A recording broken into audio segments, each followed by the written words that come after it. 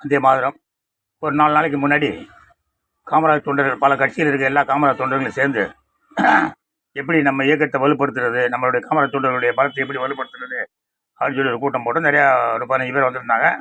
எல்லாம் பேசிக்கிட்டு இருந்தேன். அப்புறம் ஒரு காலண்டர் 2 புத்தகமும் கொடுத்தாங்க. நான் இங்கேருந்து கை வீசிக்கிட்டு சும்மா மீட்டிங் தானே போகிறேன்னு சொல்லிட்டு கை வீசிக்கிட்டு போயிட்டேன், பையன் எடுத்துகிட்டு போகல. அப்புறம் அந்த கேலண்டர் எங்கே வைக்கிறது, 2 புத்தகத்தை எப்படி கொண்டு போகிறதுன்னு சொல்லிட்டு அப்புறம் பை கேட்டால் அப்புறம் பக்கத்து வீட்டிலேருந்து ஒரு அம்மா வந்து ஒரு பை எடுத்து கொடுத்தாங்க, துணி பை, நல்ல பெரிய பையா. அதை அந்த புத்தகத்தையும் 2 புத்தகத்தையும் காலண்டரையும் போட்டுக்கிட்டு வீட்டுக்கு வந்த அப்புறமா பார்க்குறேன், அது உள்ளே ஒரு காஞ்ச மிளகா இருக்குது.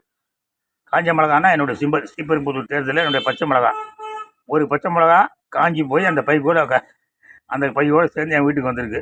எங்கிட்ட வந்து, டேய் நல்ல சகனம்டா, கவலைப்படாத, வருங்காலத்தில் காமராஜ் தொண்டர்களுக்கு பிரகாசமான எதிர்காலம் இருக்கிறது, தமிழகத்துக்கும் பிரகாசமான எதிர்காலம் இருக்கிறது.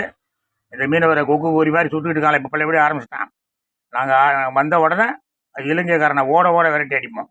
ஜெய்ஹிந்த், ஜெய்ஹிந்த்.